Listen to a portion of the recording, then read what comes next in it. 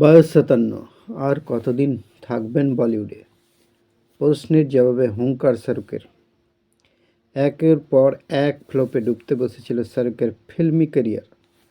তার উপর ছেলে আরিয়ানের মাদক কাণ্ড। শাহরুখের জীবনে রীতিমতো ঝড় উঠেছিল। তবে বলিউডের বাদশা বলে কথা, ভাঙবেন তবু মচকাবেন না। শাহরুখ ফিরে এলেন ফিনিক্স পাখির মতো। ফের উঠল ঝড়।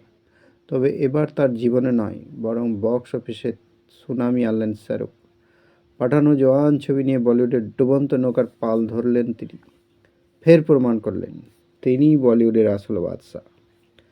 শাহরুখের বয়স এখন ৫৭। লোকে যখন এই বয়সে অবসর নেন, সেখানে শাহরুখ লুক বদলে পর্দা কাঁপাচ্ছেন।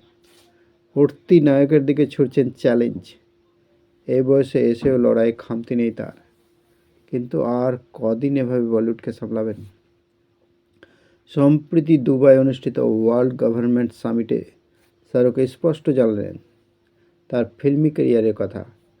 শাহরুখের কথায়, আমি অবসর নেওয়ার সময়টা এখন শুরু হয়নি। এখনও ৩৫ বছর রয়েছে আমার হাতে। আরও ভালো কিছু করতে হবে। আমি এমন একটা ছবি করতে চাই যা দেখে গোটা দুনিয়া আমাকে ভালোবাসবে। এরপর আর কেউ যাতে আমাকে না বলে কেন আমি ক্রস ওভার অভিনেতা।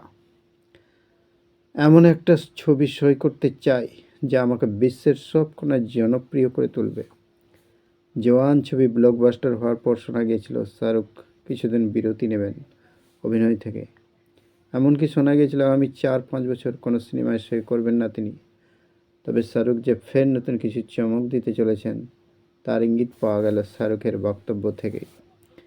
শাহরুখ যে বসে থাকার অভিনেতা নন, তা তিনি বারে বারে প্রমাণ করছেন। শাহরুখের কিছু ছবি ফ্লপ হওয়ার পর তিনি ২০২৩-এ পরপর ৩টি ছবি ব্লকবাস্টার দিয়েছেন।